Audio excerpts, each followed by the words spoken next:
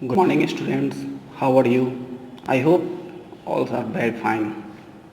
Now, today we are going to read our history's lesson 2, Emergence of New Kings and Kingdoms. Emergence of New Kings and Kingdoms. Did you know? It means what? Emergence of new Kings and kingdoms, यानी कि किस तरीके से नए नए शासन में, यानी कि नए नए राजाओं और राज्यों का किस तरह से उत्थान हुआ. Then we are coming on the chapter. Several major ruling dynasties emerged in different parts of the subcontinent between the 7th and 12th century. यानी कि जैसा कि आप जानते हैं, पहले भी क्या होता था कि साम्राज्य हुआ करते थे. वहाँ पे सम्राट शासन किया करते थे. उनके अंडर में, उनके नीचे कई बहुत सारे राजा और राज्य हुआ करते थे. लेकिन धीरे धीरे इसमें क्या हुआ कि परिवर्तन हुआ. जब सम्राट कमज़ोर होने लगे तो कुछ वहाँ पर राजा जो थे जिन्होंने अपने आप को स्वतंत्र राज और राजा घोषित कर दिया और वो बनाना शुरू कर दे. तो उसकी शुरुआत जो हुई उसी को हम इस चैप्टर में पढ़ रहे हैं. तो इसकी शुरुआत जो थी, या जैसा कि आप जानते हैं कि शुरुआत में 7वीं से लेकर 12वीं सदी तक चला, जिसके बारे में हम पढ़ेंगे. तो नए जो डायनेस्टीज आए उनका जो शुरुआत हुई वो कैसे हुई ये हम पढ़ेंगे.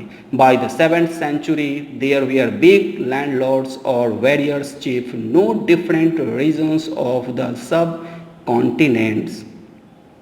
These are the points.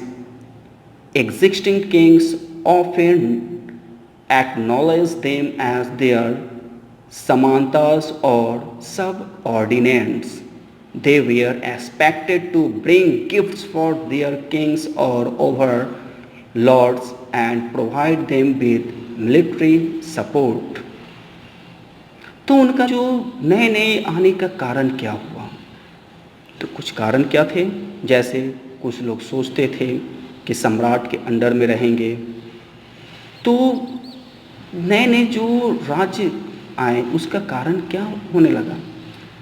सभी जब सम्राट के अंडर में रहते थे तो राजा तो होते थे, लेकिन उनके ऊपर में हुकूमत किसी और की हुआ करती थी. वह एक, आप कह सकते हैं कि एक प्रकार के गुलाम राजा ही हुआ करते थे. लेकिन जब वो कमज़ोर होने लगे तो धीरे धीरे उन्होंने अपने आप को स्वतंत्र राज्य घोषित कर दिया. उसके लिए पहले एक राजा, दो राजा अलग अलग टुकड़ों में विभक्त होना शुरू हो गए. लेकिन इसकी जो शुरुआती दौर थी, जैसा कि आप पढ़े हैं, अकबर एक सम्राट हुआ करते थे, अशोक एक सम्राट हुआ करते थे. उनके नीचे में बहुत सारे राजा और राज्य हुआ करते थे. मुगलों का भी बहुत ज़्यादा वो सम्राट के रूप में काम किया करते थे. लेकिन जिस समय ब्रिटिश गवर्नमेंट यहाँ पर आई उस समय में मुग़ल वंशज के जो आखिरी शासक थे वो एक राजा के रूप में दिल्ली पे शासन किया करते थे. तो ये सब उनके कारण थे. धीरे धीरे उनमें राजाओं, जब सम्राट कमज़ोर होने लगे तो राजा अलग अलग अपना एडमिनिस्ट्रेशन खुद से चलाना शुरू कर दिए. Administration in the kingdoms. The kings at apex adopted big titles like महाराजा, अधिराजा. जो बड़े राजा होते थे वो अपने आप को बहुत बड़े स्तर पे वो अपना नाम दिया करते थे. The kings shared power with their samaras and with an association of peasants, traders and brahmins. Resources were obtained from the producers who were persuaded to surrender parts of what they produced. ये अलग अलग राजाओं का शासन करने का अलग अलग तरीका था। कुछ राजा जो थे वो बहुत ज़्यादा अपने आप को शक्तिशाली या शासक दूसरों पर अपनी हुकूमत जमाते थे, अपने नाम को ज़्यादा से ज़्यादा शेयर बताने की कोशिश करते थे, जिसमें कि कुछ पीजेंट्स भी थे, छोटे राजा भी थे, तो उनका अपनी कुछ समस्याओं का भी वो समाधान करने की कोशिश किया करते थे। जैसे आप पढ़ेंगे prestige and land grants. Prestige tell us how rulers wanted to depict themselves as valiant and victorious warriors. And other, the kings often rewarded Brahmins. I repeat, the kings often rewarded Brahmins by grant of land. These were recorded on copper plates which were given to those who received the land. These are prestige and land grants. These are the topics. Other is warfare for wealth. For centuries, Gurjara, Pratihara, Rashtrakutas and Palas dynasties fought for control over Kannauj, यानी आपस में ही लड़ रहे थे। पालास थे, राष्ट्रकूटास, प्रतिहारास, ये सब आपस में लड़ रहे थे कन्नौज पे शासन करने के लिए।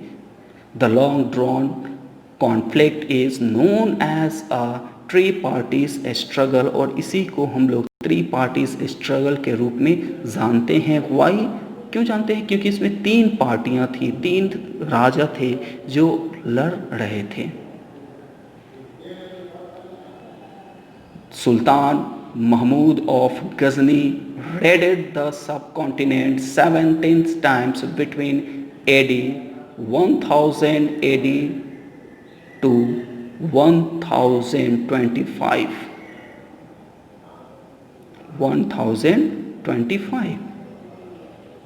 After other kings engaged in welfare were Chauhan, who ruled over the region around Delhi and Ajmer.